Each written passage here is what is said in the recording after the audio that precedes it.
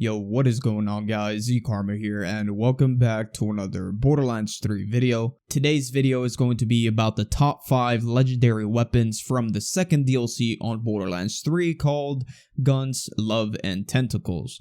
The weapons on this list are in no specific order, they're just the best all-around weapons that this DLC has to offer, and they are the weapons that I suggest you spend your time farming for. So before I get into this list, if you guys found this video helpful in some way, shape, or form, a like rating is always appreciated, and if you want to subscribe for more Borderlands 3 content, that'll be awesome as well. So anyways guys, without further ado, let's just get straight into it, starting off with the first weapon on my list, and this is the Hydra Frost. It drops from Chivalrous the Unscathed, located on Negol Nashai. You want to head over to this spot on the map, and there will be a checkpoint. What you want to do is turn back where you came from and go all the way to the edge of the cliff where an enemy will spawn. This is a rare spawn enemy, so it won't spawn every single time, but once it does, just go ahead and kill him and you'll have a chance at farming for the weapon. The Hydra Frost is a COV pistol that deals an insane amount of damage. The fire rate is really fast, works similar to the Lenoge, and also does a similar damage output. It does have a special ability after a kill though, so every time you kill an enemy, every second shot is going to do 200% bonus shock or incendiary damage for 6 seconds. This is basically a ton of damage added after every other kill. It's a nice little bonus, but even without the bonus active, it still absolutely wrecks. Moving on to the second weapon on my list, and this is the Clairvoyance.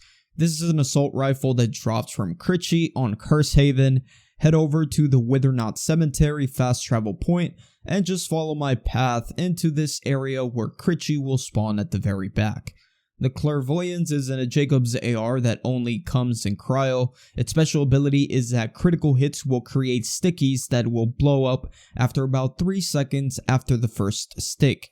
And whenever these things blow up, they deal a ton of damage. At first, I wasn't too impressed, but after learning exactly how to get the best out of this weapon, it instantly became one of my favorites. What's really cool about this is that when the stickies blow up, they ricochet to other targets, dealing even more damage. This is a very good mobbing weapon, so make sure to give it a try.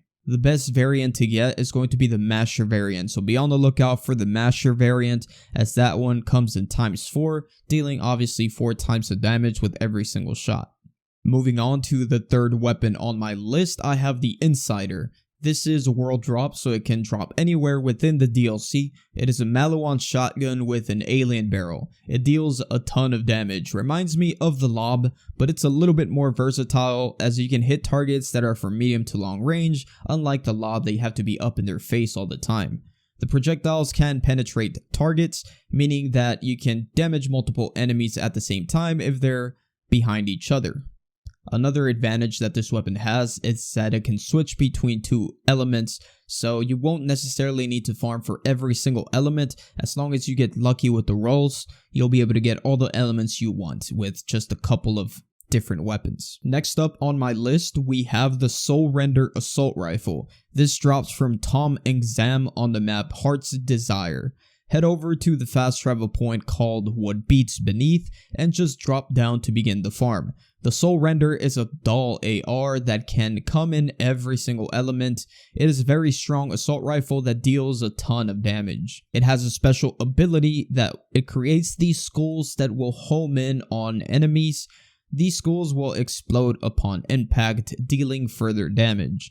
This gun is really good for use in the DLC because it can easily home in on all the flying enemies on this DLC, and even if you miss your shots, the skulls will still appear and home in to nearby enemies. If you want to take full advantage of the special ability on this weapon, make sure to get the full auto version of this weapon. Next up, we have the Anarchy Shotgun. This is a world drop that can drop anywhere within the DLC. And this gun, in my opinion, is the best out of the whole DLC. Even though these weapons aren't in any specific order, if I were to do it that way, this would definitely be number 1. It has a very nice special ability, and that is every time it auto reloads or you get a kill, you get 30% bonus damage, and the effect can stack up to 10 times. So as long as you don't reload on your own, you can actually maintain 300% stacked damage. This just makes this weapon an absolute monster, and pairing this with an insane anointment probably makes this weapon at least a top 5 weapon in the entire game. Remember that this is only a world drop, so if you want to farm for this weapon, farm for something else, and you'll still have a chance at obtaining one of these. So those weapons that I showed you are the top 5 best overall weapons from this DLC in my opinion. But before I end the video, I want to do some honorable mentions of weapon that I think deserves some love, but for whatever reason didn't make it on my list. First, I have the 7th Sense pistol. This pistol is actually extremely good. It's like a little less powerful than the King's Call, but it still puts in work. Unfortunately, this is a quest reward, so you'll need to reset the story to be able to farm it. And that same reason is the reason why it didn't make it on my list. Another honorable mention goes out to the Old God Shield and the Pearl of Ineffable Knowledge. So the Old God Shield is obviously a shield, the Pearl of Ineffable Knowledge is an artifact. Both of these are some of the best pieces of equipment in the whole game, not just the DLC, but the whole game.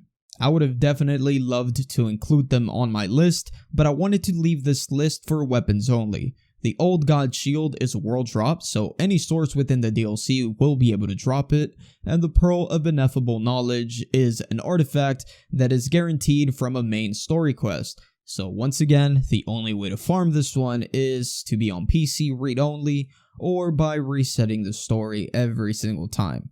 Which is kind of unfortunate, but honestly, whatever version of this artifact that you get is going to be good, so you don't necessarily have to re-roll for the perfect perks. And although getting the perfect roll will help out this artifact, that's not necessary in order for it to be a beast.